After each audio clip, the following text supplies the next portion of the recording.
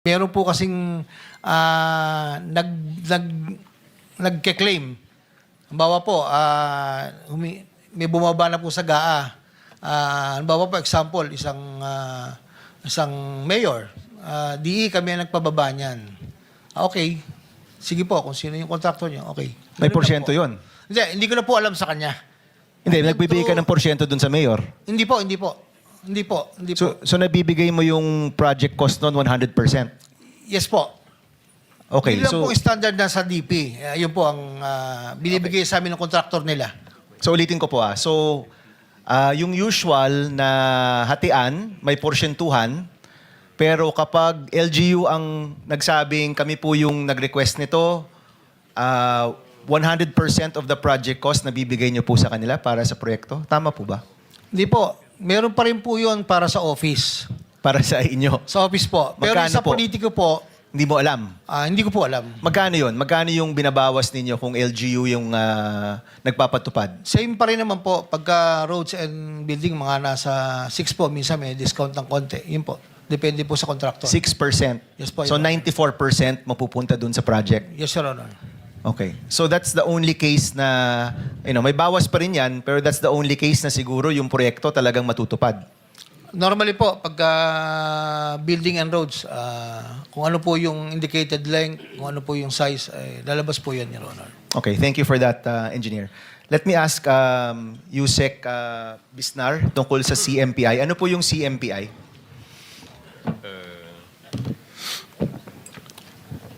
Good morning po, Mr. Chair. Good morning.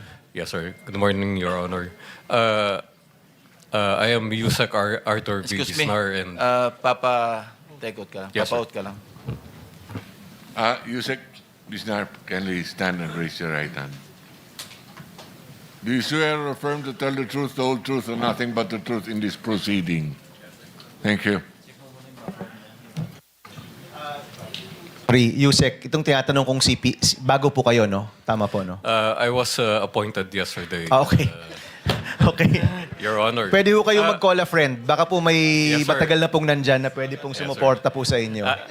Actually, I have with me Director Borromeo of the Bureau of Construction. Baka po si Director Borromeo Yes, na lang po, Yusek. Ang tanong ko. Very technical naman po yung mga tanong ko po.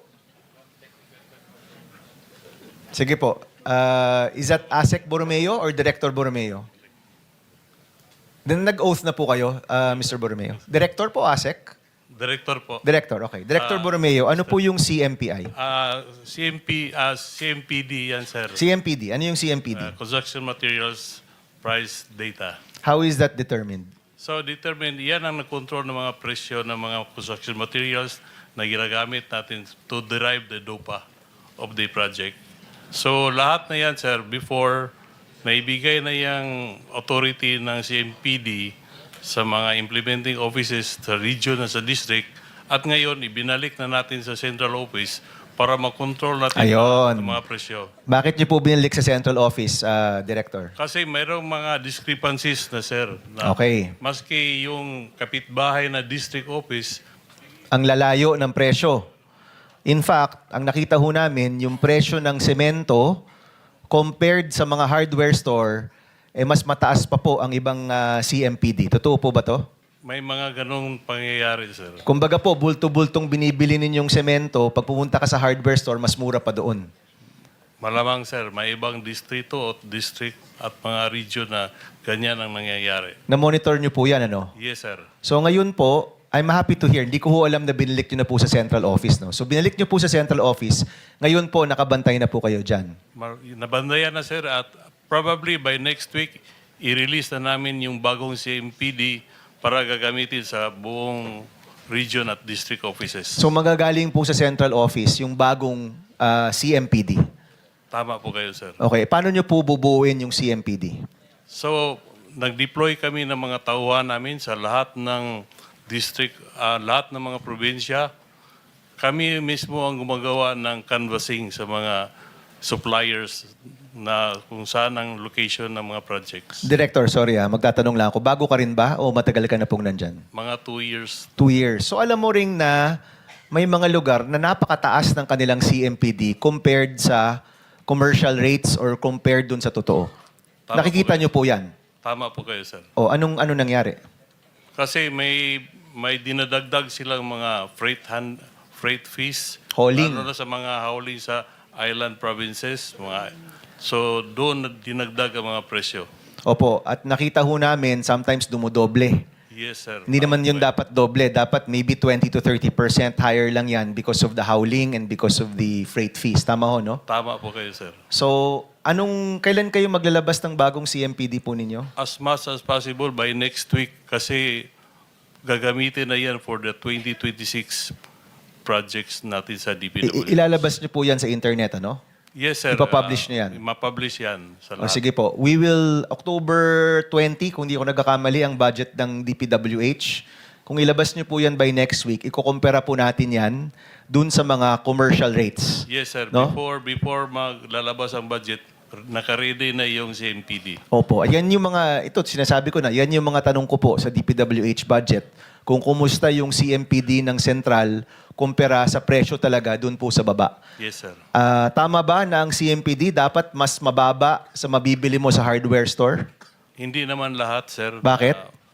Kasi may mga projects, for example, gravel, mataas talaga yung hardware price kaysa doon sa mismo sa sites. Hindi, kaya nga, dapat mas mababa kayo. Yes, mababa yung CMPD. CMPD. So ulitin ko dapat, dahil ang laki po ng binibili ninyo, bulto-bulto pong binibili ninyo, dapat ang presyo ng gobyerno mas mababa sa makikita mo sa hardware store. Tama po kayo, sir. Tama yon, di ba? At tapos kung merong mang dagdag na presyo sa hauling or freight or ganyan, hindi naman siguro lalampas ng 40%. Hindi naman lahat. Ano po ba dapat? Ilang porsyento po ba dapat yung diferensya dahil po sa handling? Usually, sir, yung mga hauling distance, kung 10 kilometers lang, free na yun, free ng handling. Delivery, opo. Pero more than that, more than the 10 kilometers, may dagdag na 20 to 30%. Oh, pero hindi lalampas. Yes, sir. Hindi naman dodoble o triple. Hindi Nakita naman. ho namin, may mga beses dumodoble. Yeah, No? yun ang observation namin nung binigay namin sa mga district and regional offices yung CMPD. Okay. Kaya nga kinuha namin balik. Okay, salamat, Director. So, yung CMPD, mahalaga po yan para matukoy talaga natin yung tamang presyo ng mga proyekto. Yes, sir. Okay, In yung that isa, way, sir. yung isa, nabanggit to ni Bryce nung nakarang araw, yung units. Sometimes dinadagdagan yung mga unit. Kung 100 lang yung kailangan, ilalagay daw 200, no? Nabanggit mo yan, Bryce, di ba? Tama po, Your Okay. Honor. Paano naman ho natin yan mache-check na yung units ay tama dun sa design? No? So, kunyari, may sabihin mo na classroom. In our last hearing po sa Committee on Basic Education, umaabot ng 3.7 million per classroom po tayo. Tingin po namin, overpriced po yun. Nahihirapan po kami makahanap ng tamang presyo kasi yung unang-una, yung CMPD, palagi ko mali, masyadong mataas. So maybe we can now use the CMPD that DPWH will publish. Pero pati yung unit, no? Last question ko po to, Mr. Chairman, no? Pati yung units, Meron pa po kayo extra 2 minutes if you wish. pati po yung units, paano po natin mache-check na yung disenyo ng mga proyekto sa DPWH hindi po pinapalobo, hindi po pinapalaki o pinapabukol, no? Talagang tama yung disenyo, tama yung number of units, tama yung presyo. Paano niyo po yan gagawin ni Secretary Dizon? I think, sir, sa Bureau of Design na yan, ang issue na yan, hindi ko yan masagot. Basta sa Bureau of Design, merong standard plan. So Opo. meron silang mag-audit dyan sa mga implementing offices. May mag-audit dyan na taga Bureau of Design. So Nandito sila- ba yung Bureau of Design, Mr. Palagi Secretary General? ko wala. Wala. Sige po, we'll ask. Tatanungin na lang po namin kung di man sa budget hearing sa sunod na Blue Ribbon. Itong mga disenyo po mahalaga eh. Kasi baka over-designed siya eh, para talagang palakihin yung presyo. No? At nais natin makahanap ng tamang presyo sa tamang dami, no? Sa tamang kalidad ng mga materyales, no? Palagay ko po nasa punto tayo ng DPWH, kailangan talagang kulang na lang mag-start from zero po tayo. Kasi yung nakikita po nating level ng korupsyon ay napakataas po talaga. No? Kailangan ho talaga, back to zero po tayo dito. Last question. Thank you very much, Director Alan. Engineer Alcantara, itong mga nabanggit na yung CMPD, mas mataas, yung dami ng mga unit, pinapataas. Do you confirm this, na isa itong paraan para palubuhin yung presyo? Your Honor, tungkol po doon sa CMPD, we're following the CMPD given to us by the regional office. May mga times lang po na we conduct our own canvas dahil hindi po talaga minsan nagtutugma doon sa Mataas o mababa? mababa po. Mababa. Yes So, po, Your Honor. you're saying na tapat naman yung CMPD ninyo? That's Your what you're Honor. saying. Yes, Your Honor. Okay. But Director Borromeo, nakita nyo na may pangailangang ibalik ito sa central. Sa mikropono po. Sa microphone po. Tama po. To centralize all of these materials prices. Sige. So we will check this, Director Borromeo, sa susunod na budget hearing ng DPWH o baka sa Blue Ribbon. Nais ho natin makita na yung CMPD nakapublish, kitang-kita ng lahat ng tao at pwede po makumpara doon po sa mga presyo sa kanilang lugar. Thank you. Maasahan. Maraming salamat, Mr. Chairman. Thank you. Before I recognize the next interpellator, gusto ko lang ma-resolve na itong issue. Kay Engineer Hernandez, may sinasabi yung lawyer mo sa interview na may mga senador pa at both incumbent at saka past, yung former. Kino-confirm mo ba yan? Your Honor, pwede pong Hindi, kino-confirm mo ba yung sinabi ng iyong abogado? Hindi yes po. or no lang? Hindi po. Oh, thank you. Next, Senator De La Rosa. Thank you, Mr. Chair. Nakiusap sa akin si Senator Maculita, mag-swap kami ng time slot. So I yield the floor to That's an option that you can exercise. I Thank yield you. the floor to Senator Senator Maculita. Mr. Marcoleta Chair. is recognized. Thank you. Thank you, Mr. Chair. Mr. Chair, I am going to consume my time by making a disclosure. Kahapon po, mga pasado po, 2:00 ng hapon, tumawag po sa akin si former Congressman Mike Defensor. Tinanong ko po kung ano ang kailangan niya. Meron daw pong isang tao na matagal na po niya kung gustong kausapin para sa isang paglalahad ng kanyang nalalaman tungkol po sa ating iniimbestiga sa committee ito. Sabi ko, madali ba yan? Kasi meron kaming session, mag-uumpisa yun ng 3:00. Sandali lang ito, sabi niya, kasi nandito lang naman kami rito sa may Golden China. Ito pong restaurant malapit sa atin. Mga 5 minuto lang po siguro mararating natin. So ako po ay nagparaya at pinuntahan ko kung sino yung sinasabi niyang tao. Kasi po meron na raw po siyang draft na salaysay na kung gusto ko raw pong makita. So Mr. Chair, ako po ay nagpaunlak para makita kung talagang meron ngang ganung tao at meron nga siyang gustong isalaysay. Nakita ko po yung tao at pinabasa niya po sa akin yung isang salaysay na nakaporma na po. Binasa ko po. Yun pong salaysay na yun ay nagsasabi ng kanyang pagkalungkot at siguro pagkabahala, sabi niya, na bakit nangyayari sa ating bansa ito. At nalulungkot siya, Mr. Chair, sapagkat meron siyang partisipasyon doon eh. At nung makita ko ang kabuuan ng kanyang salaysay, meron po siyang personal na kaalaman para ikonekta si Representative Saldico kay former Speaker Martin Romualdez. Sabi ko, hindi ako pwedeng magtagal, nabasa ko na ito, hahabol ako sa aming sesyon 3:00. Pero kung talagang ikaw ay voluntaryo mong gustong gawin yan sang-ayon sa iyong nilalahad dito, di sige, i-finalize mo yan. At gusto ko, ipanotaryo mo sapagkat hindi po pwedeng hindi notaryado yan. At kung buo ang loob mo at talagang yan ay matagal mo nang iniisip, pumunta ka ako bukas ng umaga sapagkat meron kaming pagdinig. Mr. Chair, nandito po yung tao at hawak ko po yung ilang piraso ng kanyang sinumpaang salaysay.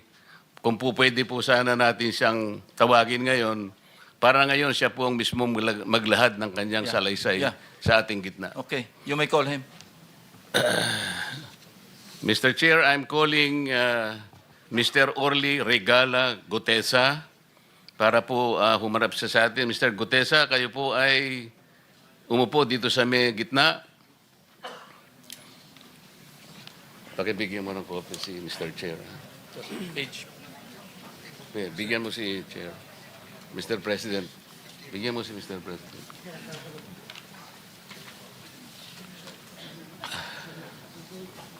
Manatili ka muna nakatayo kasi nunumpa ka.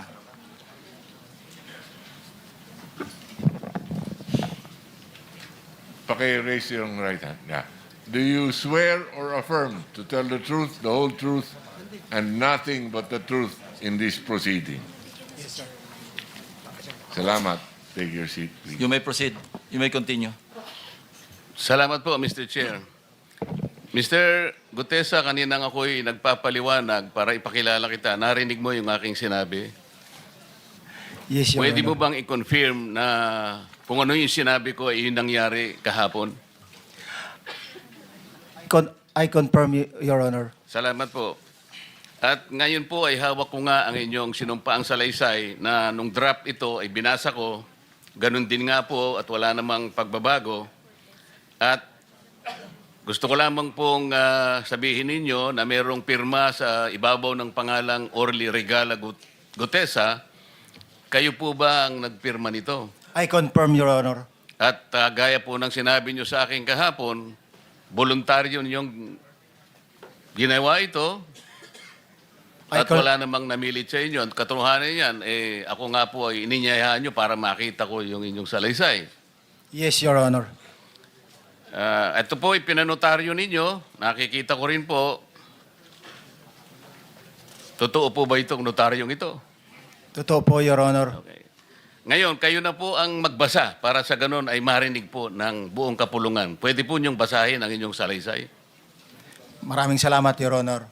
Mr. Chair, can he proceed? You may proceed. Ako po'y nagpapasalamat sa pagkakataong ito. Sa Senate Blue Ribbon Committee, Senador Ping Lacson, sir. At sa iba pang member na nandito po. Ako po si Orly Gutesa, may asawa, nasa tamang edad, Pilipino, makatapos makapanumpa na ngayon sa umiiral na batas ay nagsasaad at naglalahad ng gaya ng mga sumusunod. Ako po ay lumabas upang magsalita sa isyu na ito. Bilang isang dating sundalo, inaalay ko ang aking buhay para sa ating bansa. Sa pagkakataong ito, nagdesisyon akong magsalita at maglabas dahil ayokong maging masama ang kinabukasan ng aking mga anak, apo ko sa darating na panahon. Ayoko pong naririnig ko at napapanood ko sa pagdinig ng Blue Ribbon Committee.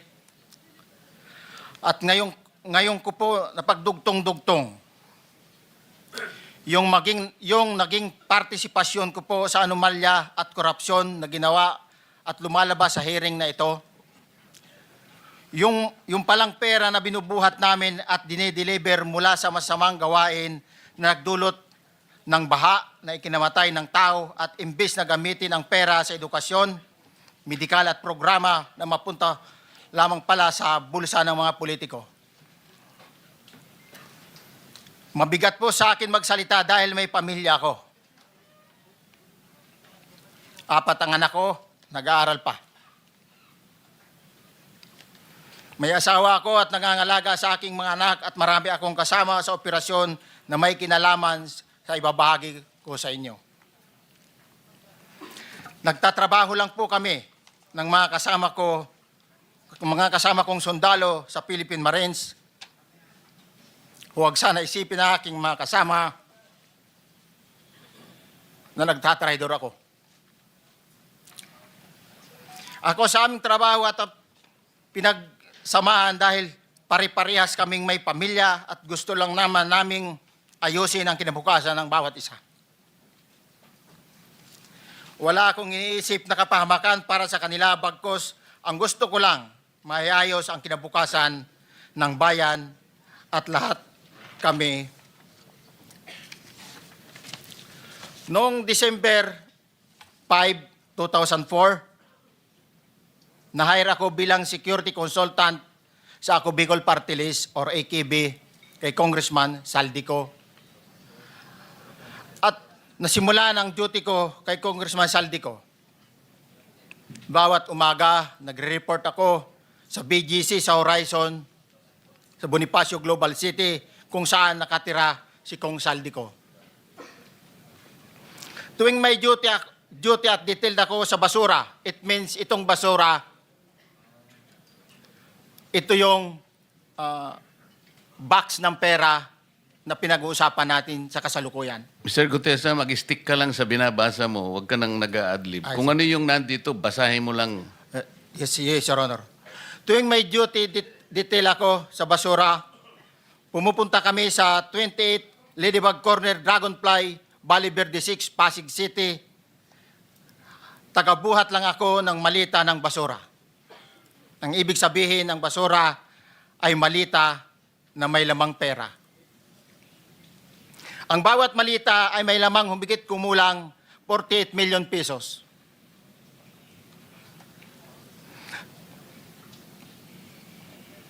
Ang bawat malita ay may post-it na nakadikit na nakasaad kung magkano ang laman ng bawat malita.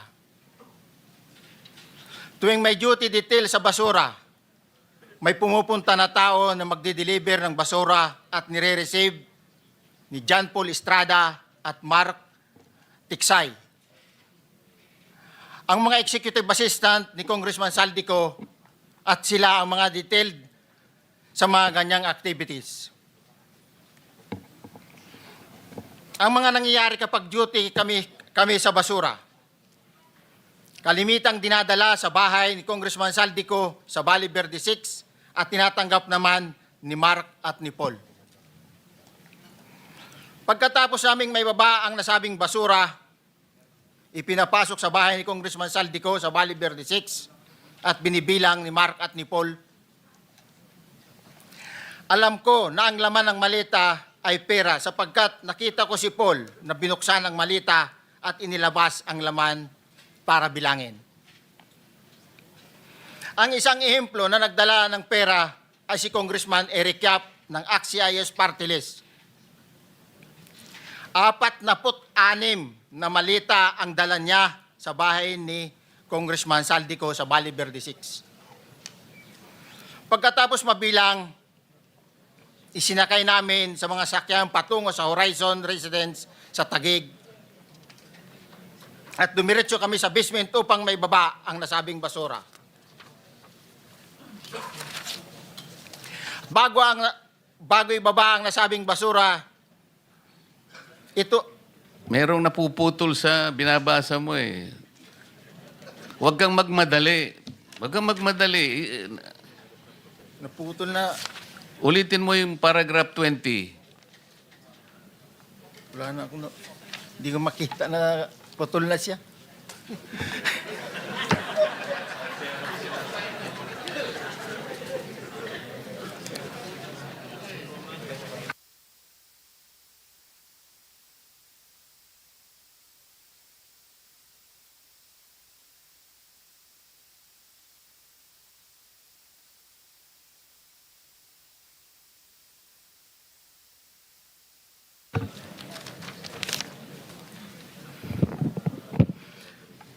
Pagkatapos, mabilang ang sinasakay namin sa mga sakyang patungo sa Horizon Residence, Taguig. Pagdating sa Horizon Residence, dumidiretso kami sa basement upang maibaba ang nasabing basura at dalhin sa unit ni Congressman Saldico sa 56th floor sa nasabing lugar kung saan siya nakatira. Bago ibaba ang nasabing basura, ito ay bawas na. Halimbawa, nag-akyat kami ng 46 na malita. Ibababa lamang namin ay 35 malita para i-deliver sa bahay ni House Speaker Martin Romualdez sa 42 McKinley Street, Taguig. Ang labing isang malita ay naiwan sa taas ng 56th floor sa Horizon Residence. Humigit kumulang 3 beses ako mismo ang nag-deliver ng basura sa bahay ni Congressman Saldico, sa Horizon Residence at sa mga bahay ni Speaker Romualdez sa 42 McKinley Street, Taguig. Mas maraming pagkakataon na nagde-deliver kami ng basura sa bahay ni Speaker Romualdez at sa bahay ni Congressman Saldico dahil iba-iba kaming mga nakadetailed na close-in, backup at advance party na nagkakaroon ng rotation. Sa huli, ako po ay nagnanais na mapasailalim sa Witness Protection Program dahil alam ko po nanganganib ang buhay ko at ang aking pamilya sa ginawa kong paglalahad na ito. Sa katotohanan na ang lahat ay nilagdaan ko, ang salaysay na ito ay kusang loob at walang anumang pamimilit at bunsod lamang ng hangarin matulungan ang ating bansa. Ito po ay nilagdaan ko, Your Honor. Thank you, Orly. Before you proceed, meron lang ako papakitang litrato sa iyo. No? I-confirm mo, kasama na rin si Bryce, kung yan ba si Paul na binabanggit mo. I confirm, Your Honor. Yun nga po, Your Honor. Siya po. Okay, so, yeah, for the record, andito po yung litrato nung binabanggit na si Paul. Ang palyado nito.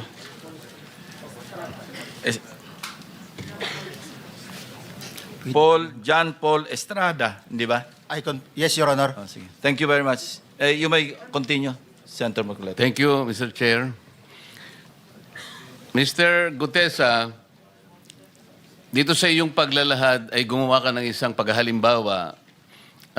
Inihalimbawa mo si Congressman Eric Yap, ngunit isang tagpo lang yun eh. Ikaw ay na-hire ni Representative Saldico, sabi mo rito, ay December 5, 2024 pa. Yes, Your Honor. Sa pagkakaalam mo, mga ilang beses kayong gumagawa ng bagay na ito. Ibig sabihin, yung pagdi-deliver ng pera, sa natatandaan mo, gaano kadalas ang pagdi-deliver? Kasi ang ginawa mo kanina ay isang example lang. Pwede mo bang ipaliwanag? Your Honor, minsan kasi pag-duty kami, ang actual ko na delivers talaga sa bahay ni Congressman Romualdez is 3. Tapos pag may duty kami, nagkakaroon ng detailed. Minsan namumonitor ko doon sa group chat namin, may basura tayo deliver. Minsan namumonitor ko siya is 3 times a week ang delivery doon sa Forbes, sa bahay ni Kong Romualdez. Yung pera minsan nanggagaling lang doon sa Horizon sa taas, ibinababa. Tapos may detail lang na tao, namumonitor ko naman sa GC namin. Kaya nalalaman ko yung movement ng tropa, kung ano yung sinasabing basura ng delivery. Your Honor. So yung delivery o yung movement ng tropa nagaganap average 3 times a week. 3 times a week, Your Honor. Nagsimula noong December 2024. Yes, Your Honor. Hanggang ngayon ba ay naglilingkod ka pa kay Representative Saldico? Sa kasalukuyan po ay nag-resign po ako noong August 5, itong taon po na ito.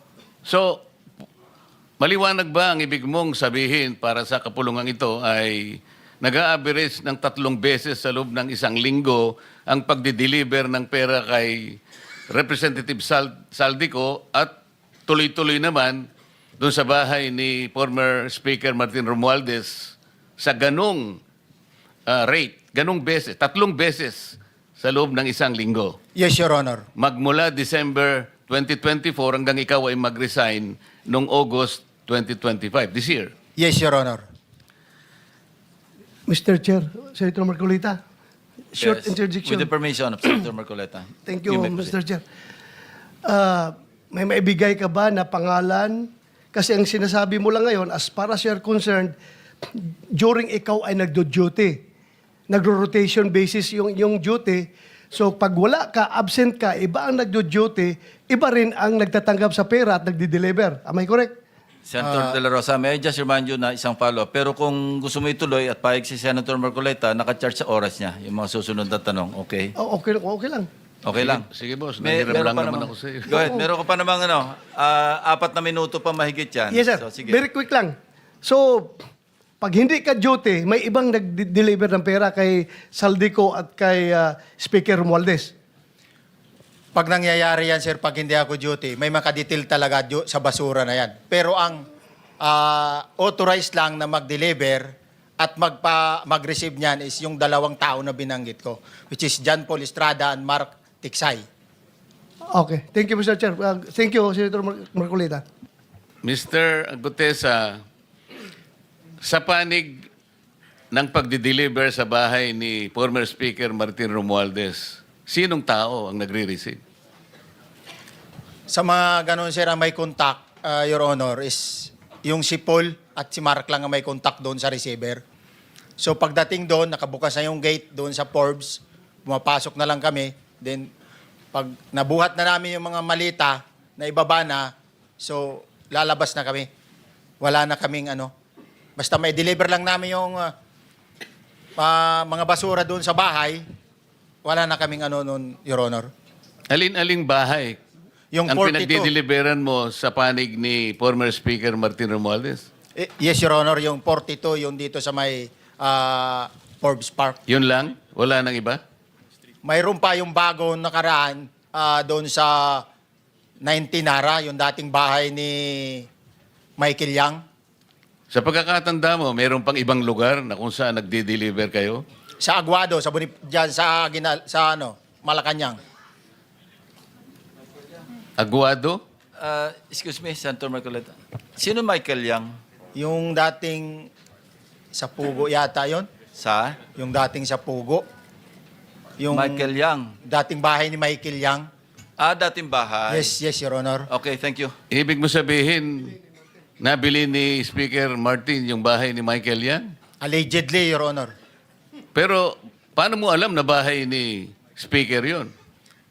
Kasi doon na nagde-deliver yung tropa nung hindi na nagde-deliver doon sa 42, Your Honor. Ngayon, sinasabi mo meron kayong chat.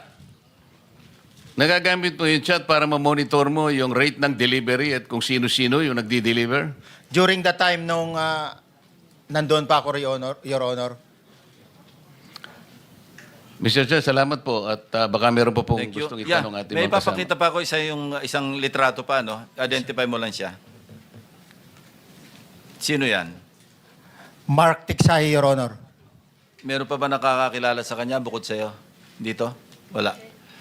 Nabanggit kasi ni Engineer Alcantara rin dito eh. Sa salaysay mo noong September 23, sinasabi mo, hindi ko po siya na-meet during pagdadala. Ang tao niya po ay may alias lang na Paul at Mark. Na-meet mo ito si Mark, Engineer? Sa Valle Verde po, once lang po. So, kinukonfirm na si Mark Texa ito? Mark po and Paul, karaniwan po. Okay, thank you. Thank you, Senator Marcola. Mr. Chair, may tatanong lang po kung Yes. with the permission of Yeah, okay. Senator Marcoleta. Mr. Orly, sabi niyo po 46 na maleta na nagkakalaman po ng 48 million bawat isa. Tama po ba? Based doon po sa level nung malita na nakita ko, Your Honor. Paano po nalaman ninyo na 48 million po ang laman ng bawat isa? Kasi bawat malita po, mayroon siyang post-it na nakalagay, may sign na 48. Lahat po yun may 48. Yes, Your Honor. So, yung 46 maleta, 48 million ang laman ay nagkakahalaga po ng 2.2 billion. Alam niyo po ba yan kung 3 times a week ang sinasabi ninyo ang delivery? Based sa my experience, doon lang ako naka-experience ng 46 nung time na yon, Your Honor. Hindi naman po every week or monthly ito. Yes, Your Honor. So at one point, yung 46 na maleta, 48 million ang laman, 46 times 48 million ay 2.2 billion. Excuse me, Senator Marcoleta, paubaya mo na sa kanya yung oras na naiwanan mo. Now, 1 minute. Isang tanong na lang. Sige, okay. 2.2 billion. Ganun po yung multiplication eh. Siguro, Your Honor, yun ang lumalabas. So one time lang po ito. One time lang po, yung time ko lang yan, nung panahon na na-identify ko si Congressman Yap, Your Honor. Alright, maraming salamat po. Thank you. Yung paghalimbawa mo, kaya mo ginawa, dahil yun ang pinakamalaki. Yes, Your Honor. Pero pangkaraniwan, dahil 3 times a week, mga ilan sa tingin mo yung karaniwang na i-deliver? Ilang maleta? Usually, pag nanggagaling na sa Horizon, na idine-deliver na doon sa Forbes, minsan mayroong 15 or kaya 18 ang malita. Pero yung malalaking malita yon na nagre-rate yung bawat malita, minsan mayroong 48, may 50. Sa mga tweet, Mr. Gutesa, pangkaraniwan, 15 to... 15 to, Your Honor?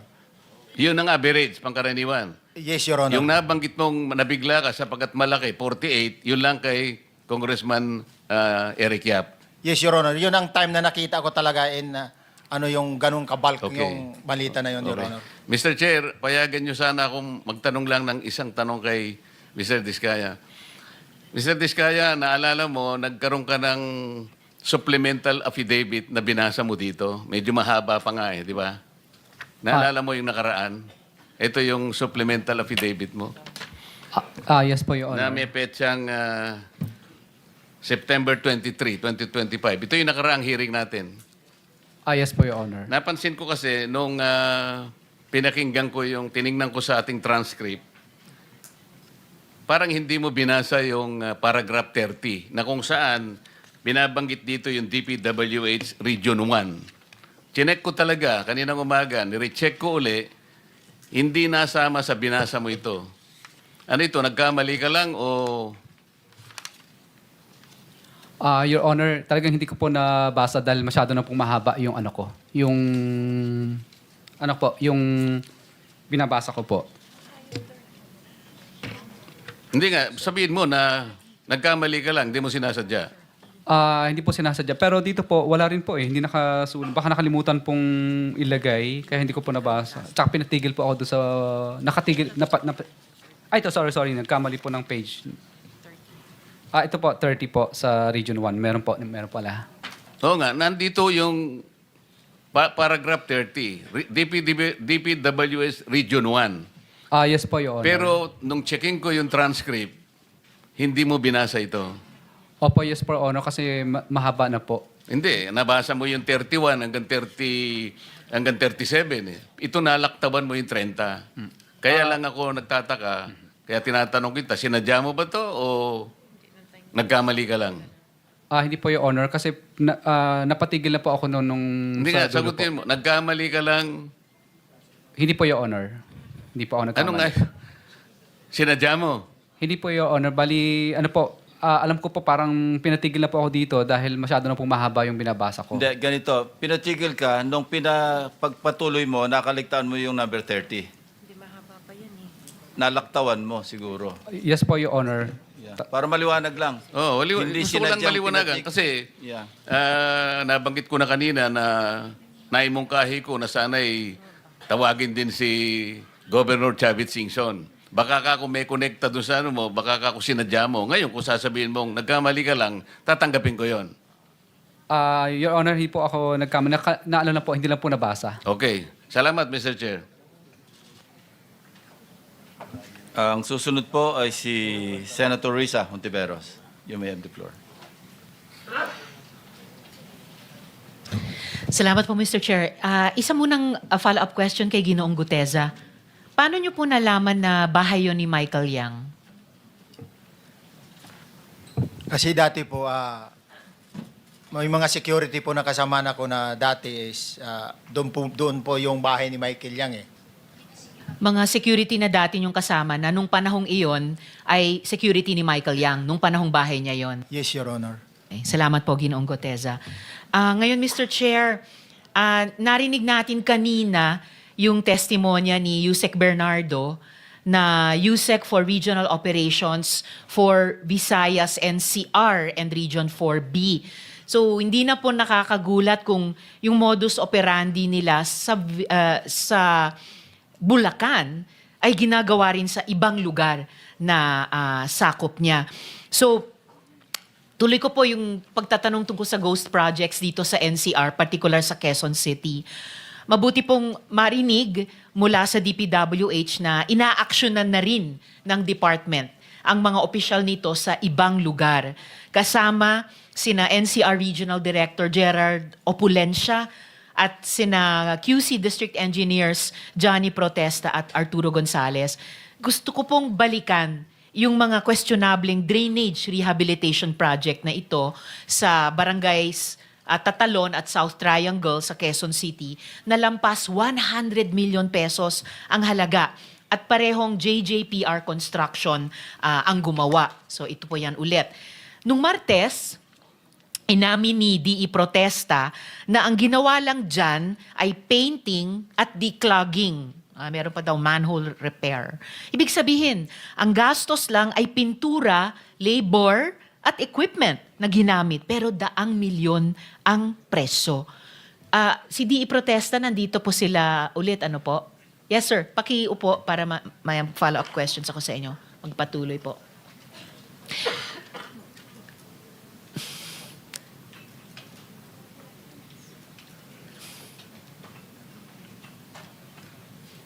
Okay, so DE Protesta. Sumangguni po kami sa QC City Engineering Office. Alam niyo po ba na ginagawa na ng LGU yung declogging ng drainage sa buong Quezon City? Yes or no lang po? No po. No! Wow, unbelievable. Sa katunayan, DE Protesta, sa estima nila ng QC City Engineering Office, 20 million pesos lang ang ginagastos nila para sa declogging para sa lahat. Lahat ng mga distrito sa QC sa buong taon. Hindi minsan. Magtataka ka talaga tuloy paano inabot ng 110 million itong dalawang proyektong ito. Di Protesta, nasa na po yung program of works para sa mga proyektong yan? Kasi hiningi po sa inyo tapos wala kayong maibigay noon. Dala po namin ngayon, Madam Chair. Paki-submit po sa aming komite sa pamamagitan ng aming chair. Dahil Yes, po. palagay ko mapapatunayan yung totoo yung sinabi ng QC City Engineering Office at mapapasinungalingan yung sinabi mo sa amin. Pakisumite po yan sa komite ngayon Apo. within this hearing. Dala ko po. DE Protesta, sabi rin po ng QC City Engineering Office, pag sinabing rehabilitation of drainage, ang ibig sabihin ay huhukayin ang lupa, mag-i-install ng tosang o yung reinforced concrete pipes at saka ire-restore ang semento. Ang ganyang project, nasa 20 million pesos ang halaga, pero halos buong budget ay nasa tosang at groundworks. Kayo nga po yung nagsabi noon na wala kayong ganyang ginawa.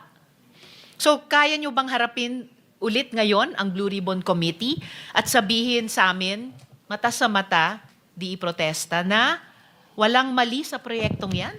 Actually, nabanggit ko nga po nung last hearing po na may dupa naman po yan, may plano rin po. Isasubmit naman po namin sa inyo. Actually, nandyan na po ngayon. Yung para pwede naman po ma-review. Nandyan din po attach yung mga accomplishment. Pero kino-confirm nyo yung sinabi nyo sa amin dati na walang groundworks ang ginawa, walang paghuhukay, tapos pag-aayos ng semento pagkatapos. Actually, ang scope of work po nung drainage rehabilitation is replacement of manhole, replacement of existing steel grating, then repair po ng mga existing damage manhole, and then po yung declogging ng buong barangay po.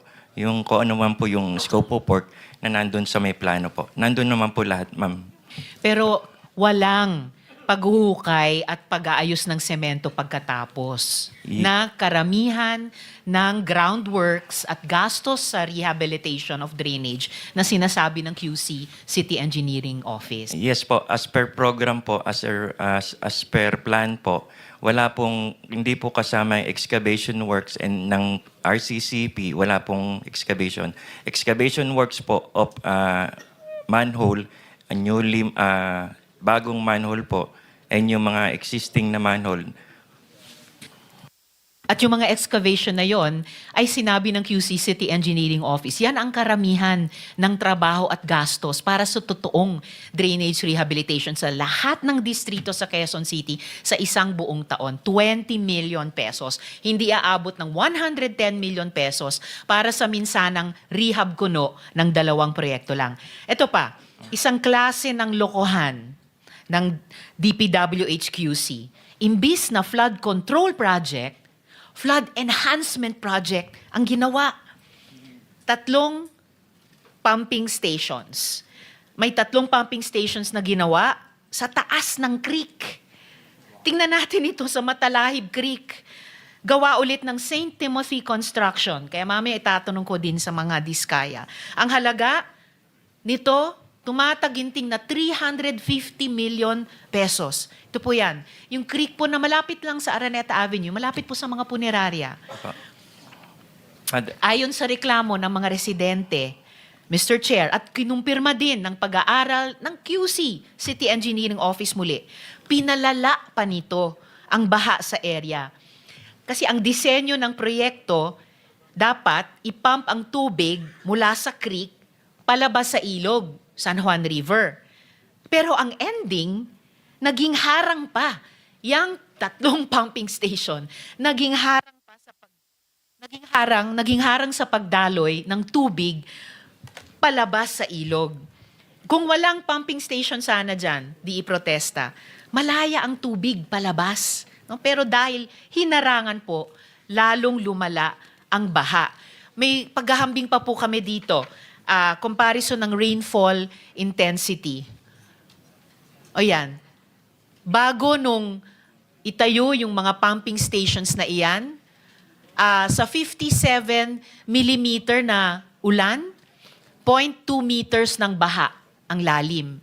Pagkatapos ng 3 pumping stations na yan, sa 19 millimeters lamang na ulan, 4 o 3, isang kapat o isang katlo lamang, 1.50 meters. Halos times 10. So bago ang proyekto, kahit malakas ang ulan, konti lang ang baha sa lugar. Pero pagkatapos ng proyekto, 1/3 ang lakas ng ulan, pero times 20 ang taas ng baha. Pinalala ang baha sa Araneta Avenue at umabot pa ngayon hanggang pa sa Banawe.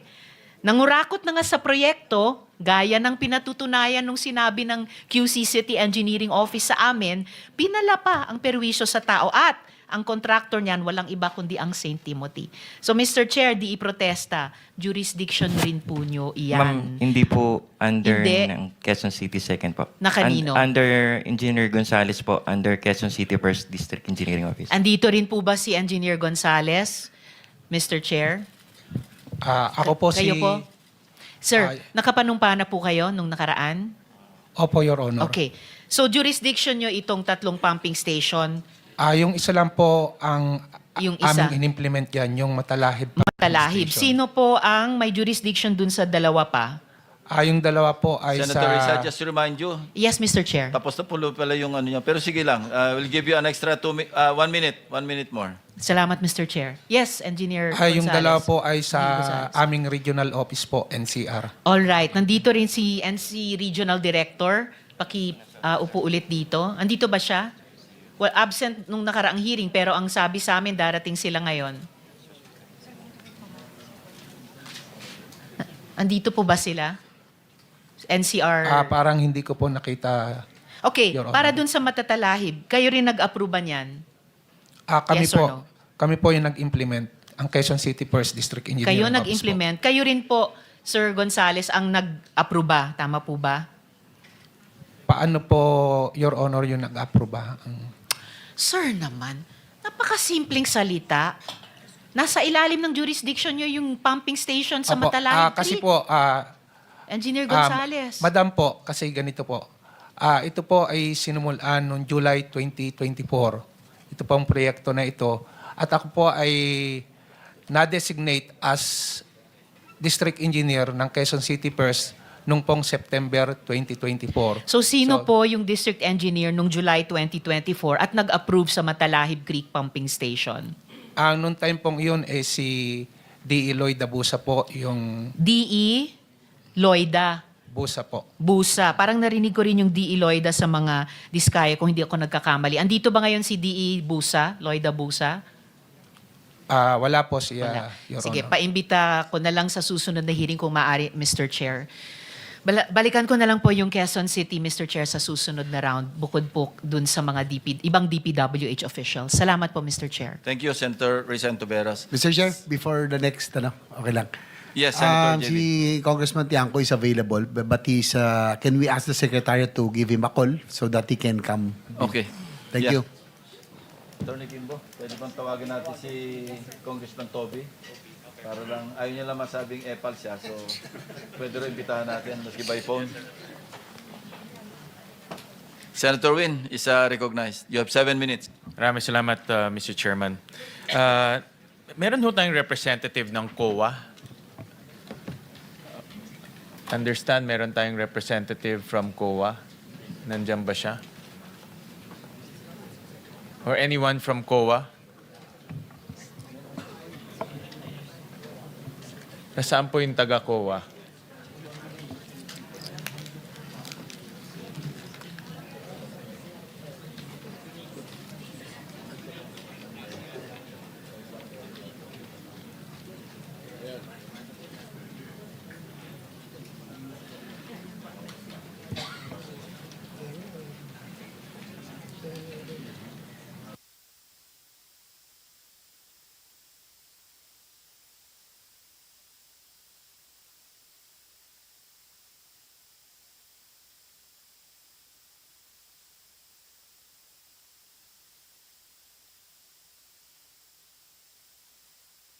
Morning, ma'am. Before, Senator Gatsalan, Mr. Chair, mukhang sumibat na yung taga-DBM. May tanong pa ako doon mamaya. Umalis na ako. Dala-dala yung buong staff niya. Baka pwedeng i-hold natin. Diyan po. Toledo. Baka Toledo. nag-CR lang. Yusek Toledo. Babalik ba yun? Babalik? Nag-CR lang. Okay. CR lang ho. Thank you, Mr. Chair. CR lang. Nagmamadali eh. Kasama yung buong staff niya eh. May tanong pa ako doon. Thank you, Mr. Chair. Salamat. Thank you. Thank you.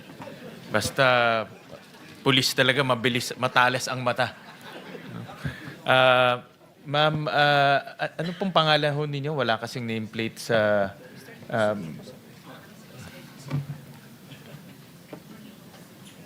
Morning po, sir. I'm Tracy Andisonico po, sir. The supervising sorry po, sir. The supervising auditor of the Office of the Secretary po, sir. Okay. Sa pagkakaintindi ko po sa isang district office, meron ho silang power na magplano, gumawa ng yung detailed engineering, sila na rin nagpapabid, sila na rin po ang nag-i-inspect, sila na rin po ang nagbabayad. Tama po ba? Tama po, sir. I can see si Engineer Alcantara nodding his head. No? So, pero ganun ang ginagawa ho nila, diba? Opo, sir. Opo. At pag nagbayad, COA papasok sa post-audit level. Tama po ba? Opo, sir. So, ibig sabihin, kahit na ho magkaroon ng ghost project, no, madidetect ng COA sa post-audit level. Supposed to be po, Your Supposed to Honor. be, ganun. Opo. At nasundan niyo pa ho ba yung privilege speech ni Senator Lacson nung pinakita niya yung mga dokumento? Opo, Your Honor. Na meron pong mga kaso na, for example po ito, just 2 days from the notice to proceed, 46% completed na. So Opo, kaka-notice to Your Honor. proceed, after 2 days, 46% completed na. And after 86 days, 89% completed na. So, Opo, imposible naman po after 2 days, kalahati ng project tapos na. Meron hong isang project, ito po yung construction of riverbank protection structure along Pampanga River at Barangay Bulusan, Kalumpit, Bulacan. 15 days. No? After the notice to proceed, 89% completed na. Opo, Your No? Honor. And then in just 34 days, kompleto na ho yung project. No? Nakita niyo ho to? Ganito po siya, sir, if you would allow me to explain po. Pero nakita niyo ho itong privilege speech ni Opo, Your Senator Honor. Lacson. Kayo ho, nakita niyo ho itong, marami ito No, I just narrated a few items from that privilege speech. Opo. Kayo ho, nakita niyo ho itong mga dokumentong to? Yung dokumento po mismo like the disbursement vouchers and yung mga supporting documents po, sir, hindi po siya na-submit sa COA. Pero nandun po sa report on publicized government program project and activities, kaya ko po sinasabing tama po na dinideclare na po as early as on the 10th or kung ilang araw pa lang po ay nasa more or less nasa 50% na po. Nakikita po siya sa RPG-PPA. Pero yung pong audit action, hindi po agad-agad siya na, let's say for example, sir, i-disallow agad kasi primarily, isasubmit po muna ni implementing office yung mga vouchers sa COA. And then, di ba sir, meron po tayong reglementary period on the submission of the accounts. So si auditor po, nag-issue po muna siya ng mga audit observation memoranda requiring or reminding the implementing office to submit the unsubmitted disbursement vouchers. Pero dahil hindi pa nga po na-submit, na-compel po si auditor na mag-issue ng notices of disallowance primarily dahil may indication na po ng fraud based doon sa RPG-PPA na sinasubmit po nila dahil hindi nga po sila nagsasubmit ng mga disbursement vouchers din po. Pero ma'am, ito 2023 pa, 2023, Opo. 2024. Opo. Paano po umabot na ganito after 2 years, tsaka lang ho lumalabas to? Ba't hindi ho na-detect ng resident auditor doon? And who is the resident auditor during those times? The resident auditor during those time and up to present po is Miss Cinderella Esperanza Santos po. Actually po sir, papunta po sana siya dito pero talagang trinatrangkaso po. Kagaya ko din po, trinatrangkaso din po. Bakit hindi niya ho na-detect? Kasi office at pinakita rin ho doon sa privilege speech yung mga pictures na sinasubmit as evidence of completion, pare-pareho. Opo. Diba? Ito ho, hindi naman kailangan ng ubod ng talino para makita ho to. Dapat lang ho, masinop. Yes, sir. Paano ho nakalampas to after 2 years? In fact, hindi nga lumalabas to. In this privilege speech lang ho na lumabas. Yes po. Sir, i-remind ko lang po kayo, sir, 2020 hanggang 2023 po, hindi po tayo although sinubukan po ng audit team na mag-inspect po as early as 2022, kahit na po may mga restrictions pa po. So nakapag-ikot po sila. On 2023 po, sir, hanggang kung di po ako nagkakamali. Hindi ikot. Yes, sir. Just purely on documents. Makikita nyo na. Post-audit, tinitignan Yes, yung sir. dates. Opo. Tinitignan yung mga supporting documents. Opo. Tinitignan yung mga veracity of their declaration, di Yes ba? po. Yes, sir. Kaya nga po napilitan po yung auditor na mag-disallow ng mga transactions po ng Bulacan First DEO kasi hindi po lahat na-submit po yung mga transaction documents po, sir. And then kaya din po siya ni-request for fraud audit po. Kasi nga po, hindi na But po the fraud talaga audit, kaya. ngayon lang nangyari yung fraud Opo. audit Yes after po. 2 years. Yes po, sir. Bakit hindi ho nalaman sa sa libo-libo ho ng project doon, hindi ho na-detect kaagad? Sir, dadalawa lang po yung audit team. Ibig kong pong sabihin, isa lang po yung, meron po tayong audit team leader at isa lang din po yung kanyang audit team member. Tapos din po, aside po sa Bulacan First DEO, on which case from 2022 na nasa 100, more or less, nasa 120 or 140 po yung flood control projects po nila, lumobo po siya ng 2023 and 2024 by double po ng numbers. Sa flood control projects lang po yun, sir. Aside pa po doon sa mga other infra like buildings, structures, roads, and bridges po. And then meron pa din po silang hawak na 8 district engineering offices. Ikwento ko lang din po, sir, in 2023 po, sa budget po ng COA for 2023, nagbawas po ng plantilla positions ang DBM by 100 plus employees supposed to be na dapat ma-deploy po sa mga auditing agencies. So kaya po, ang distribution lang po ng bawat audit team na mabibigat, sir, halos nasa 2 auditors lang po. And then, isa lang din po per province. Sa case po ng Region 3, meron po tayong 7 provinces sa Region 3. Nasa 16 technical specialists lang po ang meron tayo. Kaya sa Bulacan po, 1 or 2 engineers lang po ang assign. Kaya hindi po niya ma-inspect po lahat. Mr. Chair? Yes, the permission of- for one. Follow-up lang ito. Kailan kayo nagsimula ng fraud audit na banggit nyo? Tungkol doon sa yung sinasabi ni Senator Sherwin Gatchalian. Sir, nag-issue po ng memo ang aming chairman noong August 12 po. For August the, 12. yung una, sir, retrieval po muna ng mga documents and then eventually Teka muna, creation nauna of muna audit. yung special audit, di ba? Bago Opo. kayo nag-fraud audit. Hindi, sir. Iisa po yung... So, diretso na kayo sa fraud audit. Opo. Ano nag-trigger doon sa fraud audit ninyo? Sir, sa doon particular po sa... project? Sandali lang po. Sorry po. Kailan po nagsimula? Ano nag-trigger kaya kayo nag-fraud audit? Opo. Sir, doon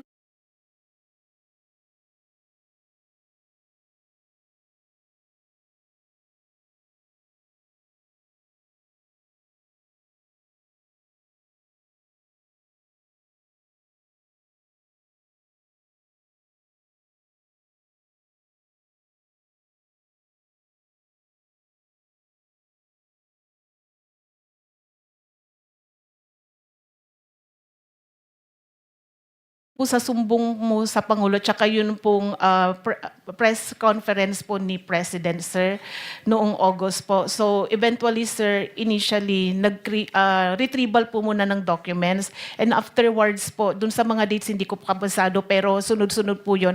Tsaka po nag-create ng fraud audit teams po.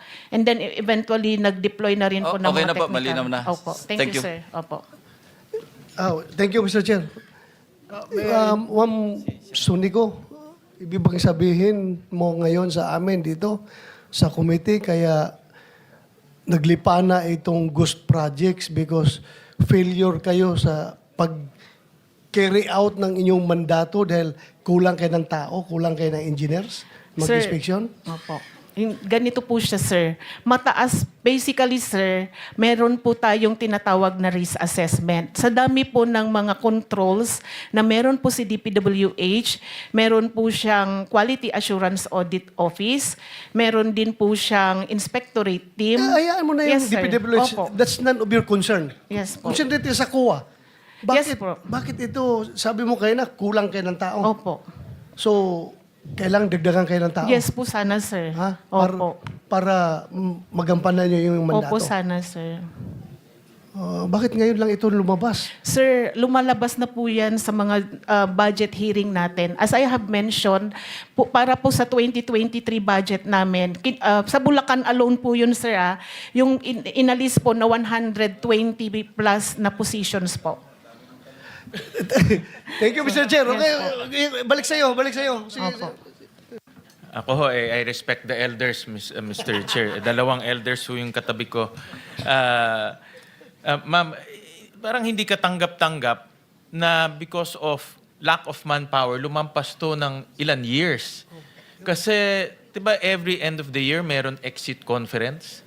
Alam ko ho, nung mayor po ako, every end of the year, may exit conference, sasabihin sa'yo lahat ng deficiency doon. At pag hindi mo nagawa, the following year, puro disallowance. In fact, yan nga ang comment ng mga kapitan. Pag bumili sila ng konting bagay lang, disallowance, explain. Pero ito, 2 years, 3 years, mas matagal pa based on the testimonies, hindi nadidetect ng COA. Hindi, sir. May mga observations naman po ang mga auditors natin, sir. Yun nga lang po, sa dami din po. Kasi, sir, pagka kunwari po, nag-issue Ba't po walang action ng NBank? Ba't walang action ng commissioner? Kung na-detect na nila, lalo na ganito, we're talking about, ma'am, hindi ito 1 million, 2 million. We're talking about billions. No? Billions ang perang nawawala. No? At ang pinag-uusapan natin dito, ghost projects. At pinag-uusapan natin, based sa dun sa nahalungkat ni Senator Ping, mga very obvious tampering of supporting documents. No, you don't need to be a CPA to know that. Makikita mo na kaagad eh. Ngayon, ang tanong ko, baka yung mga kasamahan nyo doon kasama rin dito sa modus. Naimbestigahan ba ho sila? Wala ho kasi yung resident auditor. Naimbestigahan mo ba sila? Sir, meron po kasi kaming internal audit affairs. So, nasa kwan na po namin yon sa chair, sa disposition po ng aming chair. Yeah, but naimbestigahan na ho sila? Because right now, kailangan matita lahat eh. Wala po akong knowledge pagdating po doon, sir, kasi sa human resource na po yun, sir. Yeah, pero ang punto ho namin, ang last control or last safeguard in that area is COA. Yes po. Pag ang COA bulag, lalampas talaga ito. Sir, pwede ko po bang i-share, sir, yung mga paghihirap din po ng auditor? Di ba, sir, as mentioned earlier, sir, kahit po meron pa po tayong limited movement during 2022, nag-inspect po sila. Based po sa kwento ni Miss, nung ATL po, naghahati pa po silang dalawa nung kanyang member para lang po marami silang maikutan pag nag-inspect po sila. Hindi lang yung inspection eh. Yes, The inspection, naintindihan ko, yung dokumento eh. Ang hindi ko maintindihan, bakit hindi na-detect sa dokumento na in 15 days tapos na yung proyekto? Yung sinasabit na supporting documents, mga pare-parehong pictures. Yes, sir. Hindi na inspection. Opo. Ako naintindihan ko Yes, inspection, sir. malalayo talaga. Pinuntahan namin, malalayo talaga. Opo. But yung dokumento lang, tabletop lang to. Opo. Kaya po nag-disallow yung auditor po natin, sir. Yeah, but this is after many years. Ba't hindi dinisallow immediately at in-elevate to kaagad? Sir, madami po talaga kasi. Kailangan po kasing i-check din, sir. Kasi sa totoo lang po, pagka nagdi-disallow din po, iniisa-isa po ng auditor. Ganito na lang. Opo. What we want is pati yung COA resident auditor maimbestigahan rin. Sige po, sabihin Kasi po kung namin. hindi, mawawalan kami ng kumpiyansa sa COA.